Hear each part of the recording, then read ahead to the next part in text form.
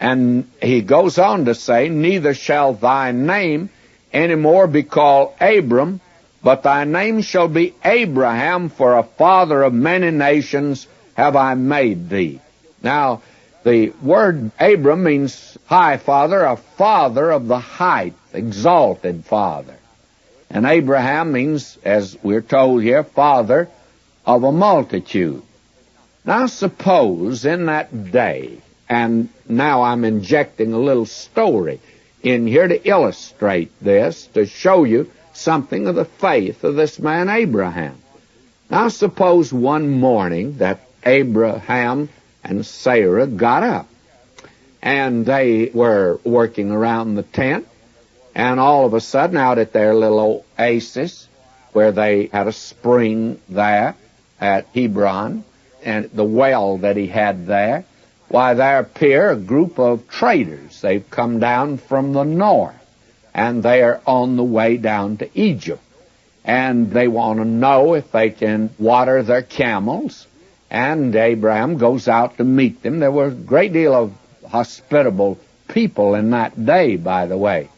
It's quite interesting. We speak of the caveman of way back yonder and how terrible he was. May I say to you that in that day, a stranger couldn't go through the country without somebody had opened their home and they would entertain him. If you came into Los Angeles, a stranger friend, and knew nobody, I don't know anybody to take you in. Frankly, I don't. And there are a lot of Christians in this area. Our culture is altogether different today, but we certainly lack the hospitality they had in that day. And Abraham went out to meet them, said, sure, help yourself. Said, I'll feed you stock. And would you like staying for a while? And they said, no, we're in a hurry to get down to Egypt. We're on a business trip. And one of the men says, my name is Allah. And the other one says, my name's Allah Baba. And they said, what's your name? He says, my name is High Father. And they said, my, boy or girl? And Abram said, well, I don't have any children. He said, you mean to tell me that you don't have any children and your name is Abram? And he said, yes, my name is Abram. And so they laughed. They said, how in the world can you be a father and not have children? And they ride off on the desert laughing. And they come back 6 months later. And when they come by again, Abram goes out to greet them again, and they all begin to laugh. Hello there, High Father. And he said, my name's not High Father anymore. Oh, they said, what is it? He said, Father of a multitude. And they said, must have been twins.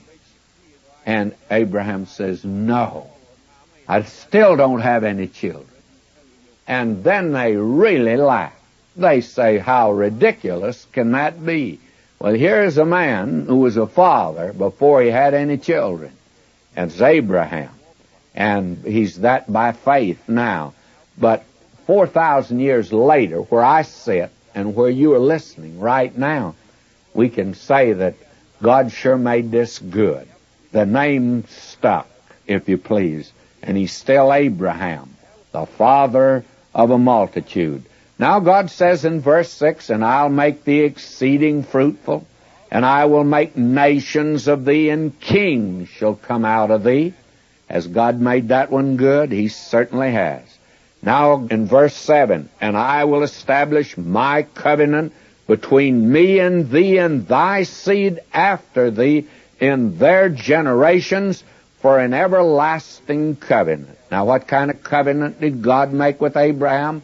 An everlasting covenant. Well, if it's everlasting, is it good today? It certainly is.